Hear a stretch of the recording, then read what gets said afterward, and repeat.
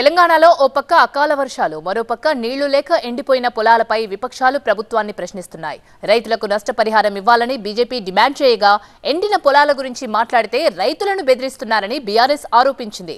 అయితే రైతులెవరూ నిరాశ నిస్పృహలకు గురికావద్దని పరిహారం చెల్లించేలా ప్రభుత్వం చర్యలు తీసుకుంటుందని కాంగ్రెస్ తెలిపింది.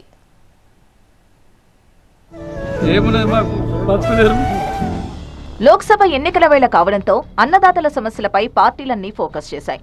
నిజామాబాద్ జిల్లాలో ఇటీవలి అకాల వర్షానికి దెబ్బతిన్న పంట పొలాలను బీజేపీ ఎంపీ ధర్మపురి అరవింద్ పరిశీలించారు. పోచారం గ్రామ రైతులతో మాట్లాడి నష్టం వివరాలు తెలుసుకున్నారు. నష్టపోయిన వరి పంటకు ఎకరానికి 25,000 రూపాయల చొప్పున నష్టపరిహారం చెల్లించాలని రాష్ట్ర ప్రభుత్వాన్ని డిమాండ్ చేశారాయన. కేంద్ర ప్రభుత్వం రైతాంగం కోసం తెచ్చిన ఫసల్ బీమా యోజనను అమలు చేసుంటే బాగుండేదన్నారు అరవింద్. ఓట్ల కోసం ఆచరణ సాధ్యం కాని హామీలిచ్చి ఎన్నికలు పూర్తిగానే మరిచిపోవడం తగదన్నారాయన. ఈ ప్రభుత్వం వచ్చి కూడా 4 నెలలు దాటింది. వీళ్ళు కూడా ఫసల్ బీమా పెడతామన్నారు కానీ ఏలటి వరకు దాన్ని ఇంప్లిమెంట్ చేయలేదు. ఫసల్ బీమా ఉంటే ఇటువంటి ప్రకృతి వైపరీత్యమైనప్పుడు కనీసం పెట్టుబడి డబ్బులన్నా వస్తాయి. ఇమీడియట్గా 25,000 రూపీస్ పర్ ఎకర్ తక్షణమే రిలీజ్ చేయాలి ఫండ్ రైతులకు. మరోవైపు ఉమ్మడి నల్గొండ జిల్లాలో ఎండిపోయిన పొలాలను పరిశీలించారు బీఆర్ఎస్ ఎమ్మెల్యే జగదీష్ రెడ్డి. ఈ సందర్భంగా రైతులు ఆయన్ను కలుసుకున్నారు. ఎండిపోయిన పొలాల గురించి చెప్పొద్దని కాంగ్రెస్ నాయకులు బెదిరిస్తున్నారని వాపోయారు రైతులు. ఎండిపోయిన పొలాల గురించి మాట్లాడొద్దని చెప్తున్నట్టుగా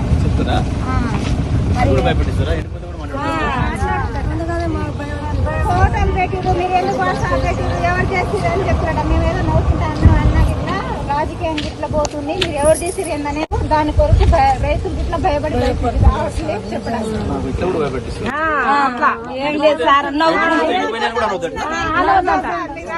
ఎండిపోయింది చూసుకోరు కానీ